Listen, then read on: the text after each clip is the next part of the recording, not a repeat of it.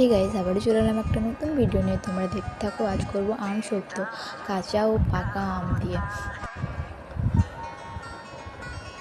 তো আমগুলো ভালো করে ধুয়ে নেব, ধুয়ে একটা পাত্রে তুলে রাখবো। তো চলো, আমার ধোয়া হয়ে গেছে। এবার পাকা আমগুলো ছাড়িয়ে নেব।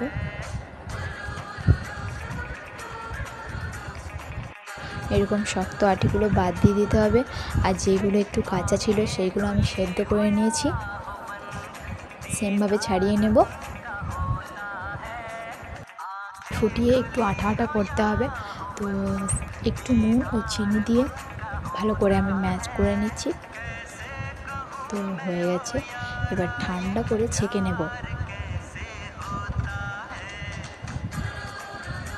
তো ছাঁকা হয়ে গেছে।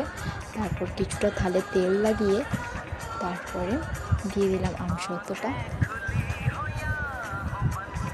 1 থেকে 2 দিন রোদে দিলেই শুকিয়ে যাবে এই আমসত্ত্বটা। তো চলো, ফিরে আসছি একদিন পর। তো একদিন পর চলে এলাম। তো চলো দেখে নাও কত সুন্দরভাবে কাটা হচ্ছিল।